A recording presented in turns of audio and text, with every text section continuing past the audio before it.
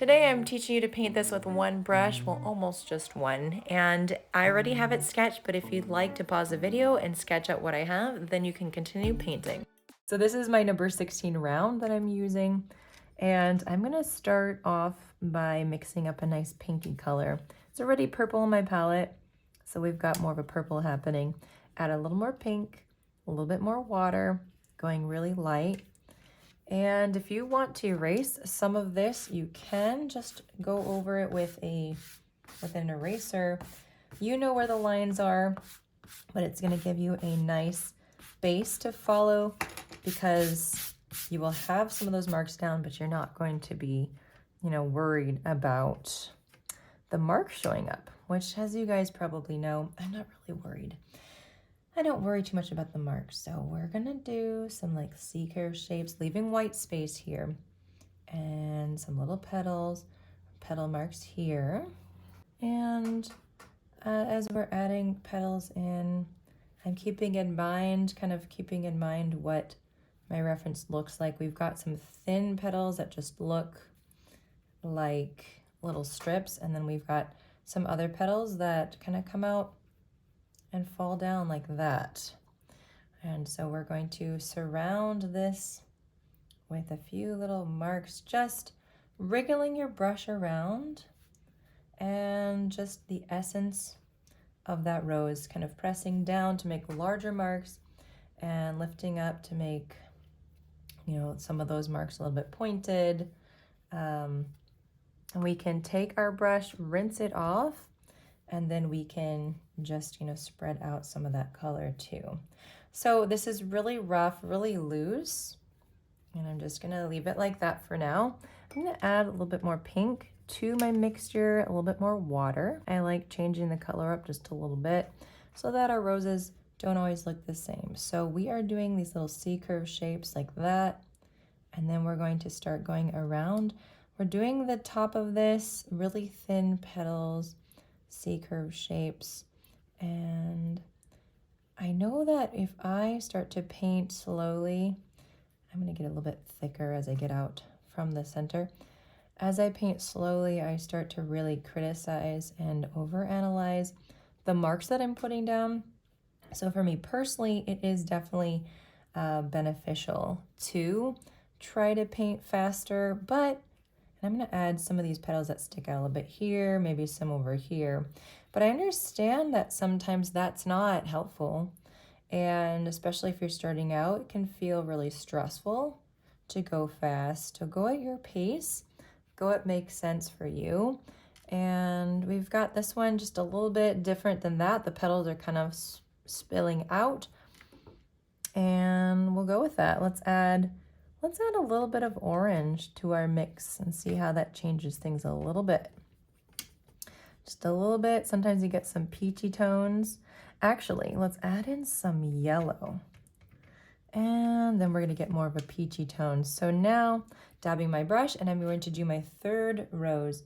So we've got our center here, and we're just making those C-curve shapes, allowing our brush to just dance around, leaving so much white space. I'm using the tip of this brush, and I'm going to show you how you can use one brush just for everything. So pressing down a little bit more to start to get a little bit thicker, a little bit wider with your petals.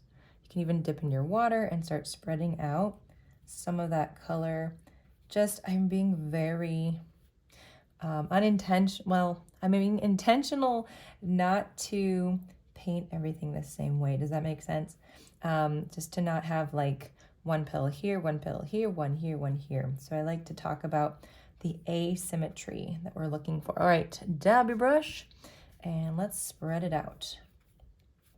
You'll see that that has a lot of white space, and I'm okay with that. This is a really large rose.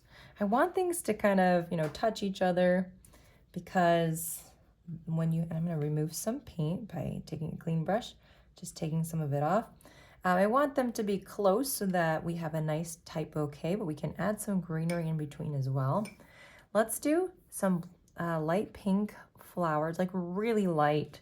So what I'm gonna do actually is paint the sweet peas with the water already. Oh, that's kind of cute. Look at that. The water that is already in my dish. And you can see some of that start to come up, but I'm going to touch down after, let's just let that hang out. I'm going to touch down with a little bit of pink to spread from the stem area up, and that's just going to give a pretty rosy look. Add a little bit more here. So we are going to grab a little bit of this pink. It's going to be intense. Let's see how it goes. Just grab a little bit, and it's going to spread just a little bit. So this is called wet on wet technique, and it sometimes spreads everywhere.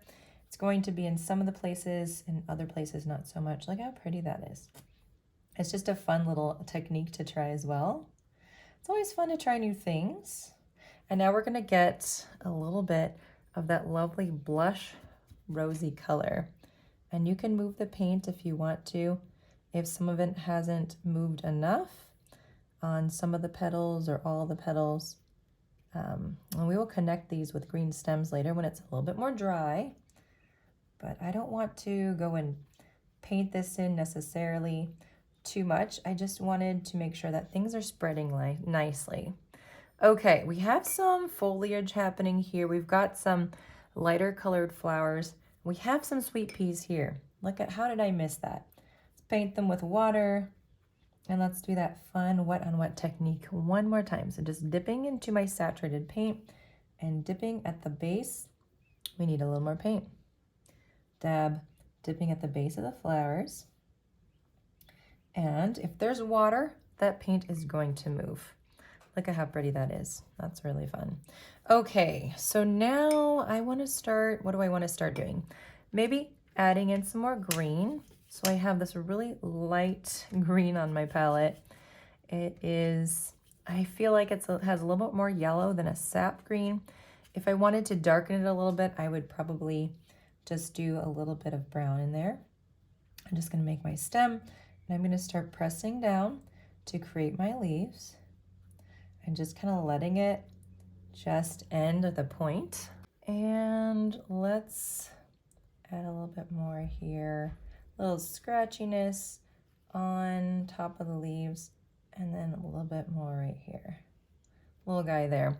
And we'll connect those with the stems soon enough, adding in just some green spaces to fill things in. And let's go ahead and add a little bit of brown to our green just to darken up a tad. We want this to be a bit more of a darker color here. So I'm just going to press down with the belly, lift up, press down, lift up, and see how you can create these marks really quickly without much effort. I love that about this technique. So I think we want to do some of that more on this side too. I just added a little bit more water. So they're just going to be more on the runny side. The paint, I should say. And then we're going to make some larger leaves, I think. I'm going to dab my brush, and then let's see how we can add in some bigger leaves. This one, I think, well, let's have a little more ink.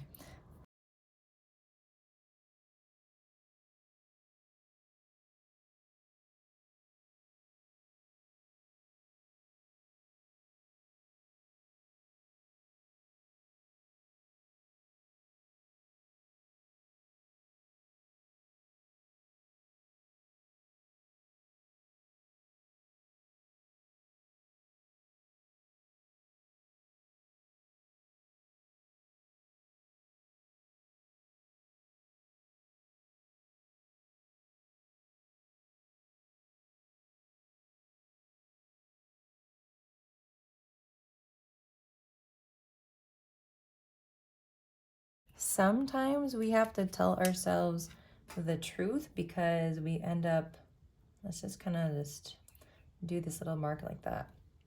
We start to sabotage ourselves, just shake your brush, and we start that negative process of just telling ourselves things that aren't true. And so we just have to literally take over, and that's just our brain doing that. That's not something that we're doing on purpose. It's just automatic, and it happens to everyone. Let's take some blue, add that to our green to create a nice shade here. I always like to call it the pine tree green color. So I want to do a little bit of marks, and that's not enough. Let's add some more blue. We want to see this really stand out and be unique.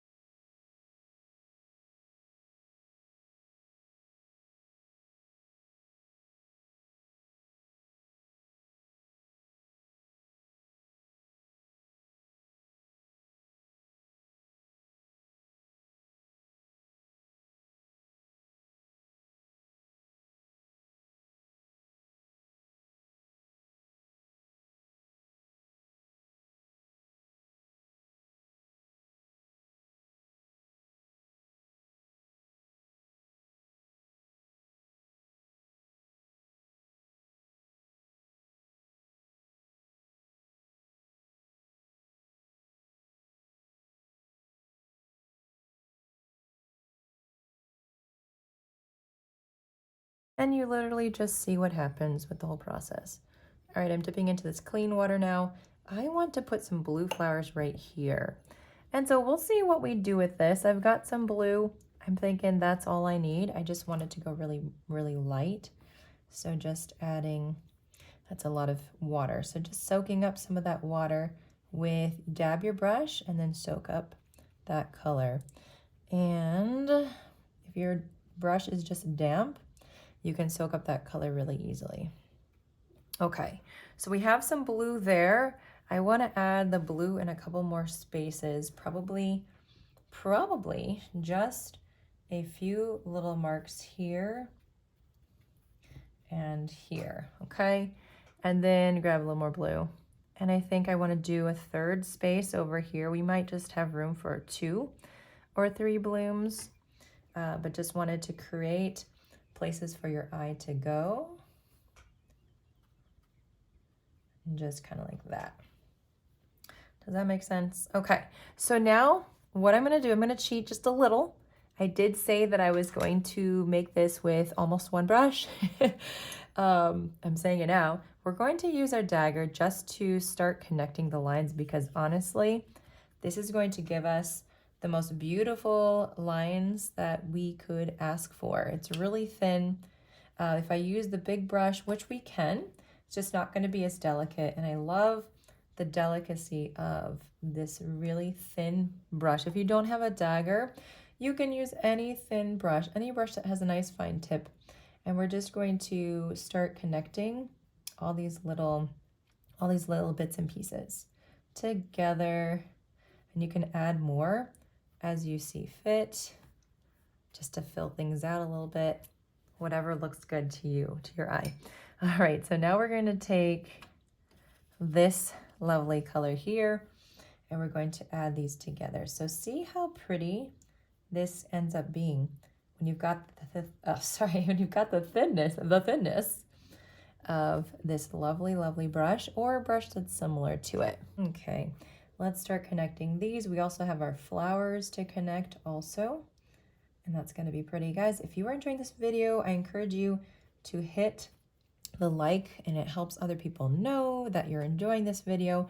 And don't forget to subscribe to my channel and hit the notification bell so that you'll get notified every time I post a new video or just a regular community post. And we're going to connect the sweet peas at this point too. So, and guys, I teach watercolor on Patreon, which is a platform where you can get bonus content such as exclusive tutorials, and you can get art prints and live stream with me. So exclusive things that are just available for my subscribers. It starts as little as $3 a month. The link is in the description of this video, so definitely check it out if you're interested. All right. Okay, connecting these guys, you can see how this is starting to come together. And I am really curious about how yours is doing. Definitely give me some feedback if you liked this tutorial, if you felt it was too fast or too slow. I don't know why. Maybe someone might think it's too slow, or if it was a good speed for you. I'm curious what your thoughts are too with what you'd love for me to paint in the future. I'm just gonna do some like little mark things. Sometimes I just want to add a little bit extra weight on this side.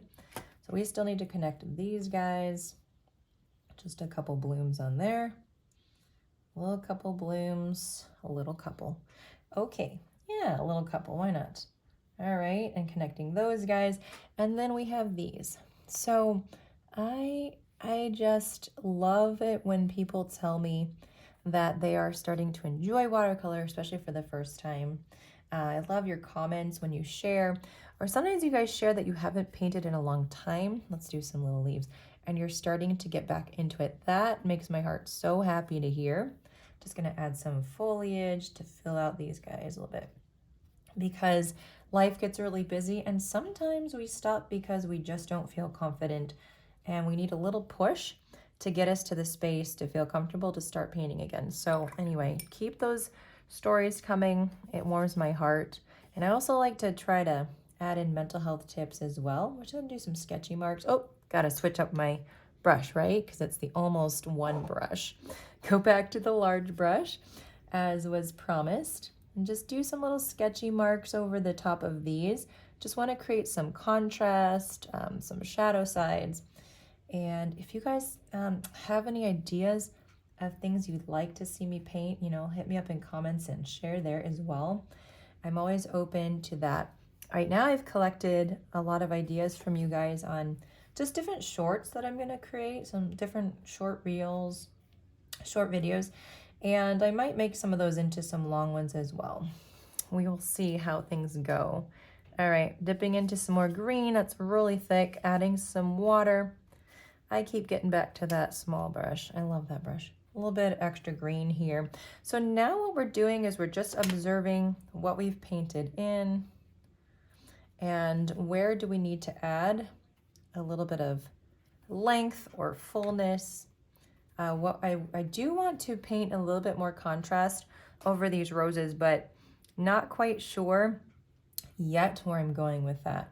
Just kind of thinking about it. So let's add a little bit more blue, just rinsing off this brush, just grabbing some from my palette, and we will grab a little bit more saturation than we had before for the original ones. Make them cute. Some of these are still really wet, so we're not going to get as much of a contrast, and that's okay. We just want a little variation. All right, cleaning the brush. I think the last thing is really just tackling these roses, and then we'll be done. So this is a very, very red mix. Dab your brush, and we're just going to start, okay, not as dark as I thought. We're just going to do some C-curve shapes here.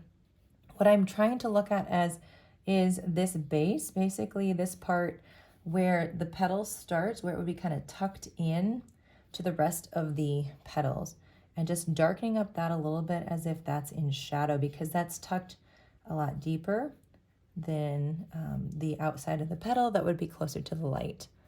And so now we're just going to spread out some of that color. I don't want it to look fake like that. I want it to be, you know, blended in. And we're not going to do it on all the petals. We just wanted to, again, we're looking for shadow. How can we make things look a little bit more three-dimensional? And three-dimensional is a good thing. If you feel like you have too much white space as well, you can always get rid of some of it by painting in some more shades. I'm going to start adding a little bit of pink in here. Sorry, not pink. Yeah, pink. Pink is good. Pink is good. And then this one's more of a purpley one. So I'm just going to do that same thing, just kind of adding in those shadow parts just to make it a little bit more three-dimensional. Don't worry too much about what you're placing things. And I'm going to start blending. Let me clean my brush and blend this out.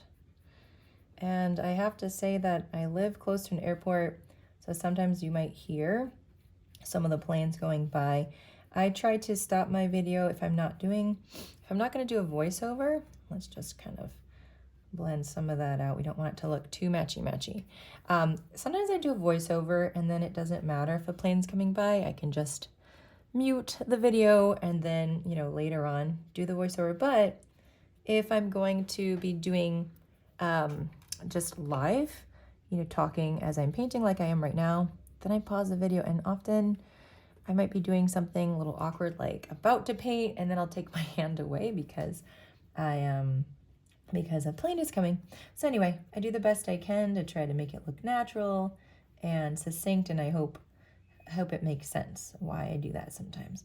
So anyway, neither here nor there, just like to share that. Alrighty, rinse the brush, dab the brush, and let's blend out some of that extra there. I left a lot of white space on this guy, and sometimes you like leaving the white space and sometimes you don't want it, and you can always paint some more in. I'm just now dipping into that purple. We're just going to add a little bit extra in some of the spaces, a little bit darker. All right, and I want to add a little bit more of this pink into some of this as well. And that was a lot, wasn't it? But that's okay. We're just gonna go with it. We're just gonna rinse our brush and we can blend. And sometimes we need to do a little crazy thing. I actually like what's happening here. I feel like this is prettier than how I could have done it if I had just tried myself. So now that one is working out, and a little dab there, a little extra. I like that bleeding effect. You just kind of go with what's going on. And then this guy is looking kind of boring to me, so we're gonna do a little bit of the same. We're just gonna do a little bit extra because we already have 2 layers on here. And now I'm just gonna do a little bit more just to match your little buddies. It's thinner here, making it a little thicker as you go out. Rinse your brush, dab the brush, and just blend in those lines so that you have nice soft edges. I love a good soft edge. Okay, there you go. So we have our nice little soft blush pink roses that are just doing their thing. I'm just gonna take my brush and take off a little bit of the paint here. Just a little bit there. And we have everything else. I think I'm gonna leave these guys how they are. Sometimes just the way it is, it's perfect and you don't wanna mess with it. Not that we're thinking of perfection, but I'm saying it's done, let's leave it alone. Thanks for being here, guys. I appreciate you being here and painting with me. Again, I can't wait to see you guys on the next video. Happy painting. And remember, there is no room for perfection in art. See you on the next video.